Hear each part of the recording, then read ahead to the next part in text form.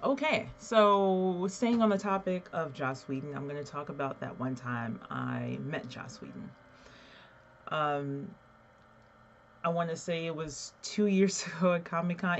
Honestly, Comic Con kind of bleeds together after a while. Uh, and I'd been looking for him for like the longest. Like, Joss Whedon was always on my list of people to meet.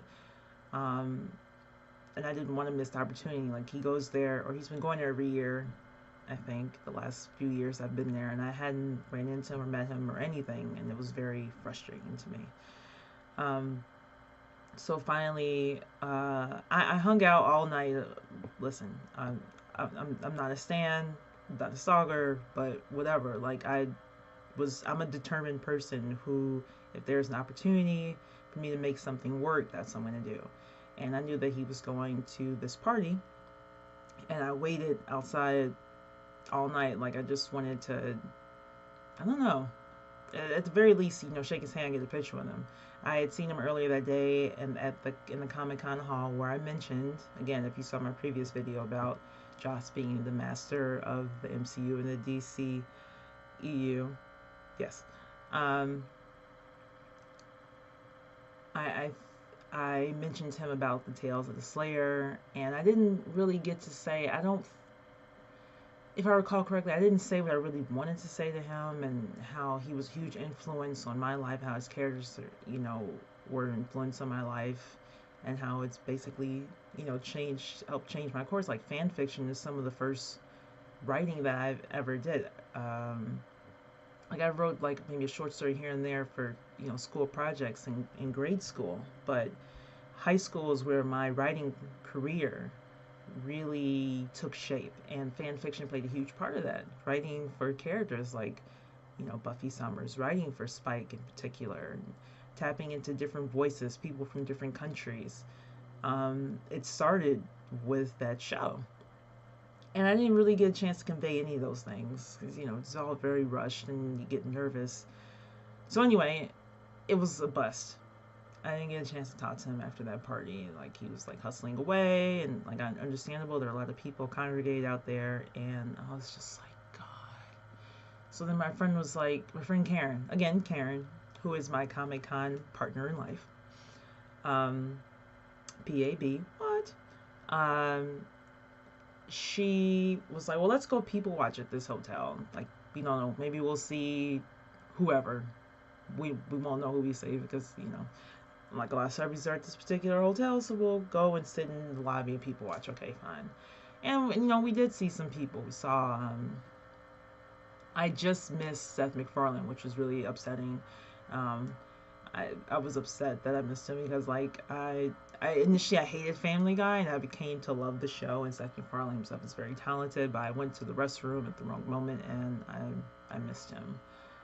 Well, that was actually a different day. Okay, so I think that night we saw, who did we see? Like, George R. R. Martin walked past. I don't know, for some reason I didn't. Anyway, I didn't talk to him. I saw a couple other people who I can't, I'm blanking on, because at the end of it, the only person who mattered was Joss. That's when I went to the bathroom. I was coming back.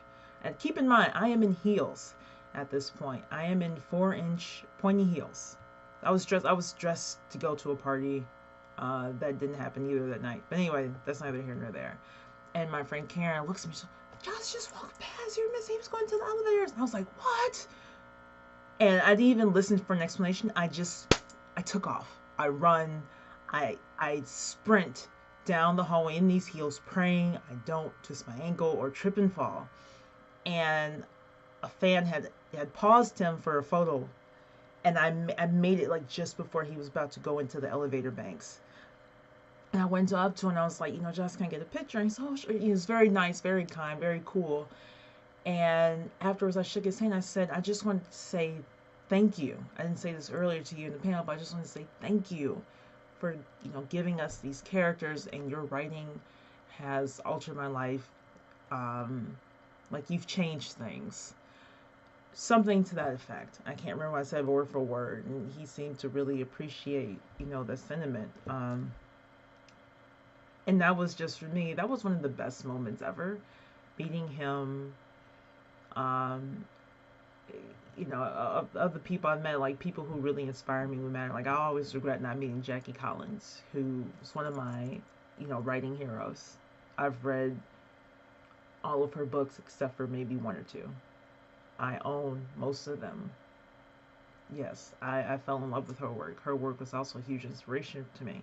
So, I'm the kind of person I want to take the time, like, my bucket list includes meeting my heroes, and Joss Whedon's one of my heroes.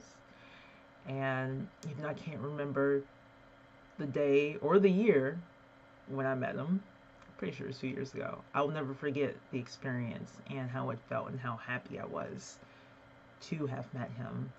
And it was just an awesome moment that I'll cherish forever. Still want to work with him though, one of these days. Would love to do that. Yeah, so thanks so much, guys, for listening. If you enjoyed this video or any other videos that I do or that I do with Brandon or whatever, please hit the subscribe button right here and drop a comment. If you have any questions or whatever, let me know and I'll do my best to answer them. So take care.